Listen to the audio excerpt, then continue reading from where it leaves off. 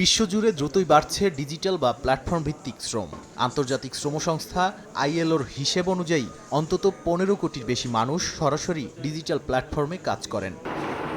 অথচ এই খাতে কর্মরতদের নেই কোনো নির্দিষ্ট কর্মঘণ্টা। কাজ পাওয়ার জন্য অনেক ফ্রিল্যান্সারকে দীর্ঘ সময় থাকতে হয় অনলাইনেই। অনেকেই দিনে ১০ থেকে ১৬ ঘন্টা পর্যন্ত কাজ করেন বা কাজের অপেক্ষায় থাকেন। তাদের মজুরি নিয়েও আছে নানা অনিশ্চয়তা।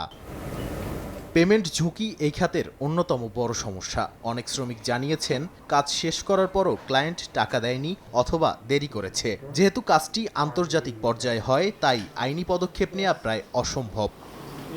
এবার আসছে নতুন চাপ, কৃত্রিম বুদ্ধিমত্তা। ফলে সহজ বা রুটিন কাজের চাহিদা কমে যাচ্ছে। নতুন ফ্রিল্যান্সারদের জন্য কাজ পাওয়া আরও কঠিন হয়ে পড়ছে।